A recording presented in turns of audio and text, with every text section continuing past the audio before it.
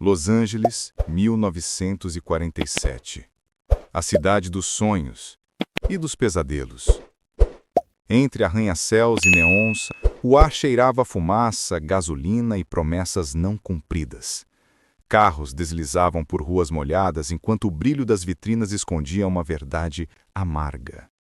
Embaixo de todo o glamour, havia podridão.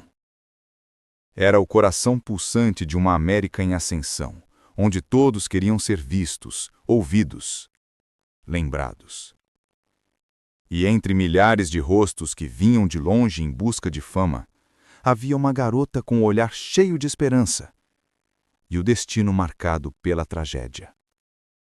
Seu nome era Elizabeth Short, mas o mundo passaria a chamá-la de a Dália Negra. Elizabeth tinha apenas 22 anos. Deixou Boston com pouco dinheiro, mas com um sonho que cabia em cada sorriso. Dizia que nasceria para as câmeras e que um dia a Hollywood a reconheceria. Trabalhou como garçonete, posou para algumas fotos e viveu de pequenos papéis. Nas festas era o centro das atenções. Elegante, misteriosa, sempre com o batom escuro que seria sua marca. Mas por trás daquele olhar doce, havia solidão. Suas cartas falavam de medo, de promessas quebradas e de homens poderosos que prometiam tudo e desapareciam pela manhã. Elizabeth vivia entre a fantasia e o desespero.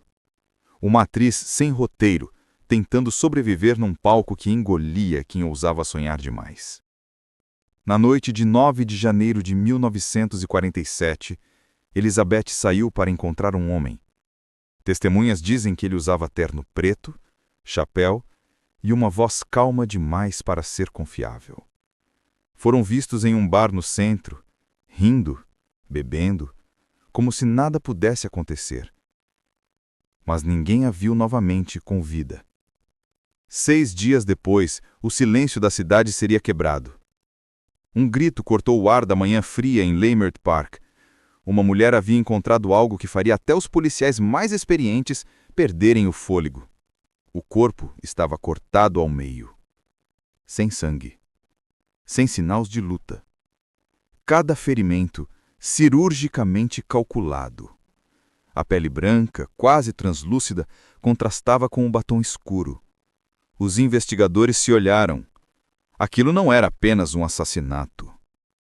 Era uma assinatura. As manchetes explodiram. O crime mais brutal de Los Angeles. A mulher cortada ao meio. A Dália Negra. E com isso, o sonho de Elizabeth finalmente foi realizado. Ela se tornara famosa. Mas não como imaginava. A imprensa fez do caso um espetáculo. Repórteres acampavam na frente da delegacia. O público queria sangue, mistério e uma história para consumir entre o café da manhã e o jantar. Mais de 500 pessoas confessaram o crime, nenhuma delas o verdadeiro culpado. A polícia se afogava em pistas falsas, cartas anônimas e teorias conspiratórias. Dizia-se que Elizabeth tinha ligações com homens influentes, produtores, oficiais do exército, até políticos. E cada nome poderoso significava mais silêncio, mais medo e mais corpos desaparecendo sem explicação. O caso da Dália Negra se tornava, pouco a pouco, um espelho da própria cidade. Bela por fora, apodrecida por dentro. Anos depois, um nome começou a ecoar pelos corredores sombrios da história. George Hodel, um médico brilhante, excêntrico, conhecido por festas extravagantes e hábitos estranhos. Seu filho, décadas mais tarde, afirmaria ter descoberto provas ligando o pai ao crime. Fotografias, diários, correspondências, tudo apontava para uma mente obcecada por arte, perfeição e morte. Alguns acreditam que o assassinato de Elizabeth não foi um ato de fúria, mas uma espécie de performance. Um experimento macabro de um homem que via o corpo humano como escultura e a morte como arte. Mas e se a história real não fosse toda a verdade? E se Elizabeth não tivesse morrido naquela manhã fria? Imagine, uma mulher ferida, mas viva, rastejando até uma estrada de terra, resgatada por um caminhoneiro que jamais contou a ninguém. Ela muda de nome, foge do estado, começa uma nova vida nas sombras. Enquanto isso, o verdadeiro assassino vive tranquilamente em Los Angeles, assistindo aos jornais, lendo as manchetes, sorrindo e guardando todas as noites numa caixa de madeira uma mecha de cabelo preto, lembrança de um amor que ele mesmo destruiu. 5 anos depois do crime, o Los Angeles Times recebeu uma carta, sem remetente, assinada apenas com as iniciais ES. Eles acham que eu estou morta. Mas há coisas piores do que a morte. Às vezes viver com a verdade é a pior punição. Ninguém soube se era real ou apenas mais uma farsa. Mas a caligrafia lembrava dela. Na mesma época, um telefonema anônimo ecoou na redação. Ela ainda usa o mesmo batom. E a ligação caiu. Décadas passaram, Hollywood transformou o caso em filmes, livros e séries. Cada nova versão prometia desvendar o mistério, mas acabava apenas repetindo o mesmo ritual.